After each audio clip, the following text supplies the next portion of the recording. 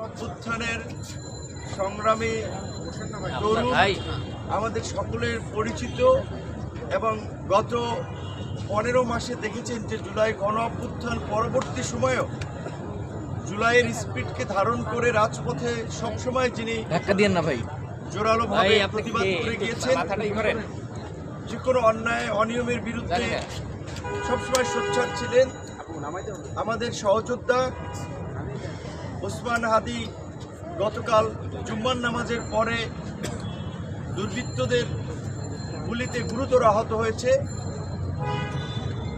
রাজধানী ঢাকার পল্টনের মতো একটি ব্যস্ততম এলাকার বিজয় সরণী এলাকায় সন্ত্রাসীরা গুলি করে বাইক চালিয়ে নিরাপদে চলে গেল। প্রায় 24 ঘন্টা অতিবাহিত হয়েছে।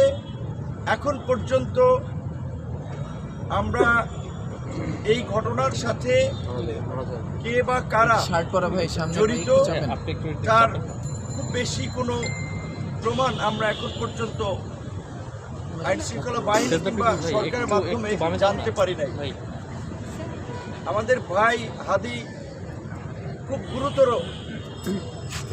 অবস্থায় হসপিটালের বেডে শুয়ে আছে। আপনারা জানেন, আশঙ্কাজনক অবস্থায়। তার চিকিৎসকদের সাথে কথা বলেছি, মেডিকেলের ভাষায় এই কন্ডিশন নিয়ে সুস্থ হওয়ার এটা কি কথা, স্বাভাবিক জীবনে কিংবা বেঁচে থাকার হারটা খুব নগণ্য। কাজে এই মুহূর্তে আমাদের সবচেয়ে বেশি প্রয়োজন মানুষের দোয়া, খাস করে কারণ দোয়ায় মানুষের ভাগ্যের পরিবর্তন হয়, মানুষের আয়ু বাড়ে। এই জন্য আমরা দেশের মানুষের কাছে আমাদের ভাই, আমাদের সংগ্রামের সহযোদ্ধা হাদির জন্য দোয়া চাই, যেন আল্লাহ তাকে বাঁচিয়ে রাখুক। আপনারা দেখেছেন 2018 সালে কোটা সংস্কার আন্দোলন থেকে ফ্যাসিবাদ সময় যখন স্বৈরাচারের বিরুদ্ধে আমি আমার সহকর্মীরা প্রতিবাদ করে আসছিলাম, সেই সময় আমরাও এইভাবে নানানভাবে রক্তাক্ত হয়েছিলাম, হুমকি ধামকির শিকার, হুমকি ধামকি পেয়েছিলাম, কিন্তু কোনো কিছুকে উপেক্ষা করি নাই। আমরা দেখতে পেয়েছি এই জুলাই গণ অভ্যুত্থানের মধ্যে দিয়ে যে কয়েকজন তরুণ এই সংগ্রামী চরিত্র ধারণ করে নতুন প্রজন্মের জন্য আসলে একটি অনুসরণীয় চরিত্র হয়ে উঠছিল। হাদি তার মধ্যে অন্যতম। তার এই অসুস্থ হওয়ায়, তার এই আহত হওয়ায় গোটা দেশের তরুণ থেকে প্রবীণ সকল মানুষকে মর্মাহত করেছে। আপনারা দেখেছেন যে এর আগে চট্টগ্রামে একজন সংসদ সদস্য প্রার্থী তিনি গুলিবিদ্ধ হয়েছিলেন। সেই ঘটনায় এখন পর্যন্ত কিন্তু ওইভাবে আসলে কারো বিরুদ্ধে ব্যবস্থা নেওয়া হয় নাই। এমনকি গত 29শে অগস্ট আল রাজি কমপ্লেক্সে, সেখানেও চতুর্দিকে সিসি ক্যামেরা বেষ্টিত এলাকা, মিডিয়ার সামনে আমি আমার সহকর্মীরা আক্রান্ত হয়েছিলাম কতিপয় পুলিশ এবং কতিপয় সেনা সদস্য দ্বারা। লোক দেখানোর একটা তদন্ত কমিটি হয়েছিল, 60-30 কর্মদিবসের টাইম দিয়ে এখন পর্যন্ত এই তদন্ত কমিশন আলোর মুখ দেখে নাই। যদি এই অতীতের ঘটনাগুলোতে যদি সরকার একটা শক্ত ভূমিকা নিত, আজকে এই ধরনের হয়তো ঘটনার পুনরাবৃত্তি হতো না। আমরা যেটা বলেছি যে হাদির পরিবারকে ডেকে নিয়ে সান্ত্বনা দেওয়া হয়েছে, বলা হয়েছে তো বিচার করব, খুনিরা ধরা পড়বে। এই বয়ান শেখ হাসিনাও দিয়েছে। যে আমরা বর্তমান অন্তর্বর্তীকালীন সরকারকে পরিষ্কারভাবে বলতে চাই, কোনো সান্ত্বনার বাণী শোনাবেন না, সান্ত্বনার বাণী শোনাবেন না। শেখ হাসিনার পরিণতি দেখেছেন, বিক্ষুব্ধ জনতা কিভাবে গণভবন ঘেরাও করতে গিয়েছিল। কাজে আপনারাও যদি ওই শেখ হাসিনার মতোই সান্ত্বনার বাণী শোনান, আমাদেরকে ঘুম পাড়ানি মাসি পিসির গল্প শুনিয়ে শান্ত রাখতে চান, সেটি আপনারা পারবেন না। নির্বাচনের তফসিল দিয়েছেন, কতটুকু নির্বাচনের পরিবেশ আছে সেটি নিয়ে গোটা দেশের মানুষ উদ্বিগ্ন। এই অবস্থায় নির্বাচন তো হবে না যদি এই অবস্থা চলতে থাকে। আর একটা মহল তো চাচ্ছে যে নির্বাচন যাতে না হয়, নির্বাচন বানচাল করে দেশে আরেকটি বিদেশি মদতপুষ্ট সরকার গঠন করা, 111-এর মতো আরেকটি সরকার গঠন করে ওই পতিত স্বৈরাচারী শক্তিকে কামব্যাক করানো, যে শক্তির বিরুদ্ধে এদেশের জনগণ গণপ্রতিরোধ গড়ে তুলেছিল এবং জনগণের সেই গণপ্রতিরোধের মুখে তারা দেশ থেকে পালিয়ে গিয়েছিল। আমরা বারবার বলেছিলাম যে গণ অভ্যুত্থানের পরবর্তী বিভিন্ন ধরনের যখন আপনারা দেখছেন স্বর্ণ ব্যবসায়ী এই বনশ্রীতে আপনার গুলি করে স্বর্ণ নিয়ে গেছে, ব্যাংক পাড়া থেকে গুলি করে টাকা ছিনতাই করে নিয়ে যাচ্ছে, শীর্ষ সন্ত্রাসীরা বিভিন্ন শীর্ষ সন্ত্রাসীরা কারাগারে যারা ছিলেন তারা জামিনে বের হয়েছেন। এমনকি এই জুলাইয়ের যারা মামলার আসামি ছিলেন তারা অনেকে জামিন পেয়ে যাচ্ছেন। মানি লন্ডারার থেকে শুরু করে খুনি অনেকেই জামিন পেয়ে যাচ্ছেন। আমরা কোর্টের কাছে জানতে চাই এই সন্ত্রাসীরা এই গণ অভ্যুত্থানে যাদের গণবিরোধী ভূমিকা ছিল তারা কিভাবে জামিন পাচ্ছে, কারা তাদের জামিনের জন্য দাঁড়াচ্ছে, আর কোর্ট বা কীভাবে তাদের জামিন দিচ্ছে। অবশ্যই কোর্টকে আমরা সম্মান করি, শ্রদ্ধা করি, কিন্তু আমরা তো চোখের সামনে দেখছি যে টাকা পাচারকারী থেকে শুরু করে খুনিরা জামিন পাচ্ছে, শুধু জামিন পাচ্ছে না, নির্বিঘ্নে তারা দেশ থেকে বাইরে চলে যাচ্ছে। সর্বশেষ আমি একটি ঘটনা আপনাদের সাথে শেয়ার করতে চাই। সরকারকে বলেছি, উপদেষ্টাদেরকে বলেছি, যখন আমরা 2018 সালে কোটা সংস্কার আন্দোলন করি সেই সময় শেখ হাসিনা জাহাঙ্গীর কবির নানক এবং এনামুল হক শামীমকে কোটা সংস্কার আন্দোলনকারীদের সাথে আলাপ আলোচনার দায়িত্ব দিয়েছিলেন। তারা গল্পের ছলে আমাদেরকে বলেছিলেন 2006 সালে বিএনপির ক্ষমতার শেষ দিকে তারা কিভাবে 28 অক্টোবরে ওই লগি বৈঠার তাণ্ডব থেকে শুরু করে দেশে অস্থিতিশীল পরিস্থিতি সৃষ্টি করেছিল, কিভাবে সীমান্তের ওই পার থেকে এই পার ঢুকে সিম পাল্টিয়ে তাদের নেতাকর্মীদের সাথে যোগাযোগ করে নাশকতা করেছিল এবং সেখানে কিভাবে সহযোগিতা করেছিল বিএসএফ তথা আমাদের এই প্রতিবেশী দেশের গোয়েন্দা সংস্থা। তো আজকে এই যে দেশে অঘটনগুলো ঘটছে এবং এই অপকর্ম করে কিন্তু অনেকেই সীমান্ত দিয়ে পার হয়ে যাচ্ছে এবং সীমান্ত দিয়ে ঢুকছে। কাজেই সীমান্তে কঠোর একটা নজরদারি ব্যবস্থার পাশাপাশি দেশের অভ্যন্তরীণভাবে আমরা মনে করি যৌথ বাহিনীর একটা সাঁড়াশি অভিযান পরিচালনা করা দরকার। এই যে আপনার অস্ত্র উদ্ধার নির্বাচনের আগে যে অভিযান চলে, অবৈধ অস্ত্র তো আমরা দেখছি পত্রপত্রিকায়, এমনকি আমরা দেখলাম যে কিছুদিন আগে ট্রেনে করে আপনার গান পাউডার, পিস্তল, ম্যাগাজিন, অস্ত্র সহ আপনার বিভিন্ন সামগ্রী আসছে। সেগুলো যদিও সে সময় সেনাবাহিনীর হাতে ধরা পড়েছিল। তো এই অভিযান পরিচালনা আরও জোরদার করতে হবে। সোশ্যাল মিডিয়াতে হুমকি দিচ্ছে, আমাদেরকে হুমকি দিচ্ছে। এই উসমান হাদি কোনো ব্যক্তি না, উসমান হাদি জুলাইয়ের একটা চরিত্র। উসমান হাদির উপরে আঘাত মানে জুলাইয়ের উপরে আঘাত। হসপিটালে বসেই আপনাদেরকে মোবাইলে দেখাতে পারি, আমি ইনবক্সে হুমকি দেওয়া হচ্ছে যে কাপড়ের কাপড় নিয়ে আমাদেরকেও রেডি থাকতে বলা হচ্ছে। এখন আমরা কার কাছে নিরাপত্তা চাব? কয়জনকে সরকার নিরাপত্তা দেবে? আমরা ব্যক্তিগতভাবে নিরাপত্তার চেয়ে আমরা দেশকে নিরাপদ করার দাবি জানাই সরকারের এবং রাজনৈতিক দলসমূহকে আমরা অনুরোধ জানাবো ক্ষমতায় যেতে কিংবা ক্ষমতা দখল করার জন্য অস্থির হয়ে রাজনৈতিক বিভাজন তৈরি করবেন না। আপনাদের বিভাজনের কারণেই এখন পর্যন্ত ফ্যাসিবাদী শক্তির আস্ফলন দেখাচ্ছি। ফ্যাসিবাদী শক্তি 18 দলীয় জোট করতেছে, নির্বাচন করবে, নির্বাচনের মাঠে থাকবে, নির্বাচন বানচাল করবে, এই আওয়াজ দিচ্ছে। আওয়ামী লীগ নিষিদ্ধের সময় আমরা সকলের পরিষ্কার অবস্থান দেখতে পাই নাই। আওয়ামী লীগের বড় দোসর জাতীয় পার্টি সহ ফ্যাসিস্ট শক্তিকে নিষিদ্ধ করার প্রশ্নেও আমরা রাজনৈতিক বিভাজন দেখতে পেয়েছি, কারণ ক্ষমতার হালুয়া রুটির ভাগ বাটোয়ারা। তো এই ক্ষমতার হালুয়া রুটির ভাগ বাটোয়ারা নিয়ে যদি আপনারা ব্যস্ত থাকেন এবং জুলাইয়ের ঐক্য নষ্ট করে যদি দেশে বিভাজন সৃষ্টি করেন, এই দেশে কিন্তু কেউ নিরাপদ হবে না। শেখ হাসিনা 75-এর পরে 96-এ 21 বছর পরে একবার ক্ষমতা এসেছিল আওয়ামী লীগ, তারপরে এসেছিল কবে 2008 সালে।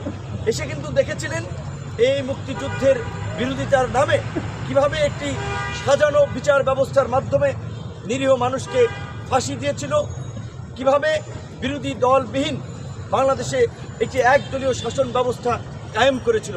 কাজে ওই ফেসিবাদী শক্তির প্রশ্নে আমরা যেন আপোষহীন থাকি, আমরা যেন ঐক্যবদ্ধ থাকি এবং আজকের এই হাদির উপরে আঘাত, সামনে যে অবস্থা আমরা আশঙ্কা করছি আরও বিভিন্ন ধরনের আঘাত আসতে পারে। আমি বরাবর আমার এলাকায় যাই, নির্বাচনী গণসংযোগের প্রচারণায়, রাতে ঢাকায় ফিরি। গতকালকে কিন্তু আমি আর সাহস পাচ্ছিলাম না যে রাতে ফিরবো। আমি সকালবেলা এসেছি, আমার এলাকায় ছিলাম, তো এই অবস্থা আমরা যারা এই জুলাই গণ অভ্যুত্থান থেকে ফেসিবাদী শক্তির পতনের জন্য আন্দোলন সংগ্রাম করেছিলাম, আমরা কিন্তু আজকে সবচেয়ে বেশি অনিরাপদ, আমরাই সবচেয়ে বেশি হুমকির মুখে। যারা জুলাইয়ের ধারে কাছেও ছিলেন না, তারা তো উপদেষ্টা হয়ে ফ্ল্যাগ লাগিয়ে প্রোটোকল নিয়ে ঘুরে বেড়াচ্ছেন, আমাদের কথা তারা ভাবছেন না। এমনকি এই সরকারের মধ্যেও অতীত ফেসিবাদী শক্তির দোসররা আছে, যার ফলে আজকে এই মাত্র 1-1.5 বছরে এই ফেসিবাদী শক্তি আস্ফালন দেখাচ্ছে। সোশ্যাল মিডিয়াতে তারা রাস্তায় নামবে, দেখে নেবে, জুলাই ভরে দিবে, জুলাই বিনাশ করবে, এই সমস্ত হুমকি দিচ্ছে। কাজে আমি বিনীত অনুরোধ থাকবে সকল রাজনৈতিক দল মতের, বিশেষ করে গণ অভ্যুত্থানের অংশীজনদের প্রতি, আসুন আমরা হাদির ঘটনা অন্তত ঐক্যবদ্ধ হই, দেশবাসী সবাই দোয়া করি আল্লাহ পাক তাকে সুস্থ করুক। এবং আমাদের নাগরিকদেরও একটা দায়িত্ব এবং দায়বদ্ধতা আছে। যখন একটা মোটর বাইক গুলি করে পালাচ্ছিল, একটা পিস্তলে কয়টা তার সাথে গুলি থাকতে পারে, কয় রাউন্ড গুলি থাকবে? 2টা 4টা 6টা 8টা 10টা 8টা 10টা গুলি দিয়ে কয়টা মানুষকে মারতে পারবে? কাজে আমরাও যেন এই ধরনের ঘটনা দেখলে আমরা যেন যার যা কিছু আছে তাই নিয়ে পাকড়াও করে যেন আমরা ধরার চেষ্টা করি। যখন একটা গণপ্রতিরোধ আমরা গড়ে তুলতে পারবো, এই ধরনের ঘটনা আর কেউ ঘটাতে সাহস পাবে না। ঢাকা শহরের বাড়িওয়ালা থেকে শুরু করে আপনার সিএনজির ড্রাইভার বলেন, বাসের ড্রাইভার বলেন, চায়ের দোকানদার বলেন, আমরা যেন চোখ কান খোলা রাখি কোন জায়গায় কে কী আলোচনা করছে। যারাই এই ধরনের নাশকতা কিংবা এই ধরনের কোনো ষড়যন্ত্রমূলক আলাপ আলোচনা করছে, গণধোলাই দিয়ে থানা পুলিশকে খবর দিয়ে থানা পুলিশে দেবেন। পুলিশের পাশাপাশি প্রশাসনের পাশাপাশি আমাদের এই সময় জুলাইয়ে যেমনিভাবে আমরা ঐক্যবদ্ধ হয়ে ফ্যাসিস্ট শক্তিকে পরাজিত করেছিলাম, এই সময় আমাদের একটা বড় নাগরিক দায়বদ্ধতা আছে। আমাদের সচেতনতার মাধ্যমে এই দুর্বৃত্তদেরকে প্রতিহত করতে হবে। মনে রাখবেন, একজন সন্ত্রাসী পালিয়ে যাচ্ছে, সে আরও অনেকগুলো অঘটন ঘটাবে। আর যদি আমরা ঝুঁকি নিয়েও তাদেরকে ধরতে পারি, তাহলে বাকিদের মধ্যেও একটা আতঙ্ক যাবে, মেসেজ ছড়াবে। বিশেষ করে হাদির ঘটনার সময় আমি দেখেছিলাম আমাদের দুজন, আমি সিসিটিভির ফুটেজে দেখেছিলাম দূর থেকে বোধহয় আমাদের দুজন পুলিশ সদস্যের ভাইরা গুলির শব্দ শুনে ছুটে গিয়েছিলেন, কিন্তু বেশি দূর তারা আগান নাই। আমি দেখেছি, আপনার সিসিটিভির ফুটেজ তো দেখেছেন, তাদের হাতে তো বন্দুক আছে। এই ধরনের ঘটনা ঘটলে তো তাদের দ্রুত আপনার যাওয়া উচিত যে কোথায় কী হচ্ছে।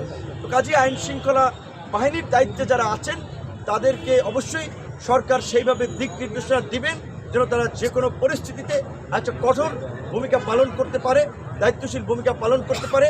এবং এই হাদির ঘটনাকে কেন্দ্র করে, এই ঘটনায় আমি মনে করি এটা কোনো বিচ্ছিন্ন ঘটনা নয়, কোনো শুধুমাত্র একটি সন্ত্রাসী ঘটনা নয়, এর সাথে অনেক চক্র জড়িত থাকতে পারে। এর পেছনে কারা জড়িত সেই ঘটনার আদ্যপ্রান্ত খুঁজে বের করতে হবে এবং পরবর্তীতে যেন এই ঘটনা না ঘটে, সেই জন্য আমি মনে করি যে আগামীকালকে থেকেই অন্তত কিংবা সরকার সিদ্ধান্ত নিয়ে একটা যৌথ বাহিনীর সাঁড়াশি অভিযান পরিচালনার মাধ্যমে জনমনে কিছুটা স্বস্তি ফিরিয়ে আনবে এবং সরকার যে তফসিল ঘোষণা করেছে প্রার্থী সমর্থকদের নিরাপত্তার বিষয়টি সরকার আমলে নেবে। আমি আপনাদের সকলকে ধন্যবাদ জানিয়ে দেশবাসীর কাছে দোয়া চেয়ে আমার সংক্ষিপ্ত আমি যদি বলি যে আমাকে 5 জন পুলিশ দিয়ে, আমার সামনে পেছনে একটা গাড়ি দিয়ে আমাকে নিরাপত্তা দেন, আমার মতো যারা সহযোদ্ধা রাজপথে সারা বাংলাদেশ থেকে নেতৃত্ব দিয়েছে, বিশ্ববিদ্যালয় থেকে কলেজ থেকে জেলা পর্যায়ে অসংখ্য তরুণ রয়েছে, প্রত্যেককে তাদের একজনকে আঘাত করা মানে তো জুলাইয়ের আঘাত। আর তারা তো শুরু থেকেই এই জুলাইয়ের বিরুদ্ধে একটা শক্তিশালী অবস্থান নিয়ে জুলাইকে ধুলোয় মিশিয়ে দেবে এই ধরনের হুমকি দামকি দিয়ে আসছে। আমাদের ব্যক্তিগত নিরাপত্তার চেয়ে আমরা চাই রাষ্ট্রকে একটা নিরাপত্তার মধ্যে নিয়ে আসুক, সমাজের সকল শ্রেণী পেশার মানুষের নাগরিকত্ব নিশ্চিত করুক। আর স্বরাষ্ট্র উপদেষ্টা প্রকৃত অর্থে বলতে গেলে স্বরাষ্ট্র উপদেষ্টা এবং আইজিপির বিরুদ্ধে অভিযোগ যে তিনি আপনার ফেসিবাদের দোষর ছিলেন, ছাত্র দলের নেতা, সাবেক বিএনপি নেতা পিন্টুর হত্যাকাণ্ডের সময় তিনি আপনার এসবির দায়িত্বে ছিলেন, সেই সময় এই আপনার বিডিআর পিলখানার হত্যাকাণ্ডে তার সংশ্লিষ্টতা উঠে এসেছে। স্বরাষ্ট্র উপদেষ্টার ব্যক্তিগতভাবে তিনি আন্তরিক মানুষ, সজ্জন ব্যক্তিত্ব, সহজ সরল মানুষ, কিন্তু এই রকমের ব্যক্তি দিয়ে স্বরাষ্ট্র মন্ত্রণালয় চলে না। গণ অভ্যুত্থান পরবর্তী সময়ে আমরা আইন শৃঙ্খলা বাহিনীর প্রতি যে ভূমিকাটা আমরা প্রত্যাশা করেছিলাম স্বরাষ্ট্র মন্ত্রণালয়, সেইটা আমরা দেখি নাই। এবং এই উপদেষ্টা দায়িত্বে থাকলে নির্বাচন পর্যন্ত আমরা যাইতে পারি কিনা সেটা নিয়ে আমাদের সন্দেহ আছে। কাজে আমরাও সরকারের সাথে আলাপ আলোচনা করে সরকার যদি কার্যকর পদক্ষেপ না নেয় তাহলে তো আমাদের যে ধরনের পদক্ষেপ নেওয়ার আমাদেরকে তো সেটা নিতেই হবে। তবে আশা করি সরকার রাজনৈতিক দলের সাথে সংলাপ করার মধ্যে দিয়ে তাদেরকে ঐক্যবদ্ধ করে এই পরিস্থিতি কিভাবে মোকাবেলা করা যায় তার একটা পথ দ্বারা আপনার আমাদের সামনে উপস্থাপন করবে। কেমন দেখলেন? না, মোটা দাগে তার অবস্থা ক্রিটিক্যাল। মেডিকেলের ভাষায় এই ধরনের ঘটনা থেকে, ইনসিডেন্ট থেকে ফিরে আসাটা খুব রেয়ার কেস, কিন্তু একেবারেই যে নাই সেটা না, খুব রেয়ার কেস। তাই আমরা বলছি যে আল্লাহর কাছে দোয়া করেন, মানুষের দোয়ায় ভাগ্যের পরিবর্তন হয়, আয়ু বাড়ে। কাজে আল্লাহ পাক যেন তার আয়ু যদি না থাকে তাকে যেন আরো আয়ু বাড়িয়ে আমাদের মাঝে যেন তাকে সুস্থ করে আবার ফিরিয়ে আনেন, আমরা সেই দোয়া করি। নুরু ভাই, সাবেক প্রধানমন্ত্রী সম্পর্কে কোনো তথ্য পেয়েছেন কিনা? তেনার শারীরিক অবস্থা এখন কেমন আছে? তার শারীরিক অবস্থা তো আগের মতোই আমরা জানি, স্থির পর্যায়ে। আসলে মূলত এই আপনার সেনাকুঞ্জের যেদিন গিয়েছিলেন সেদিন থেকেই তার অবস্থাটা আসার পর থেকেই অবনতির দিকে, একটু ইমপ্রুভ হচ্ছে, আবার অবনতি হচ্ছে। তার জন্য তো আমাদের দোয়া সবসময় আছে। এখন আসলে দুটো ঘটনায় এই এবার ক্যারে শোক নিয়ে আমাদের আসতে হচ্ছে। একদিকে আমাদের সকলের প্রাণপ্রিয় নেত্রী, আমাদের পছন্দের মানুষ, বাংলাদেশের মানুষের ভালোবাসার নেত্রী বেগম খালেদা জিয়া, তার মধ্যে আরেকটা আমাদের এই অসুস্থতা, এই কষ্টের মধ্যে আরেকটা ঘটনা যে হাদির ঘটনাটি। আল্লাহর কাছে দোয়া করি দুজনকে আল্লাহ পাক সুস্থ করুন। ধন্যবাদ। আপনাকে।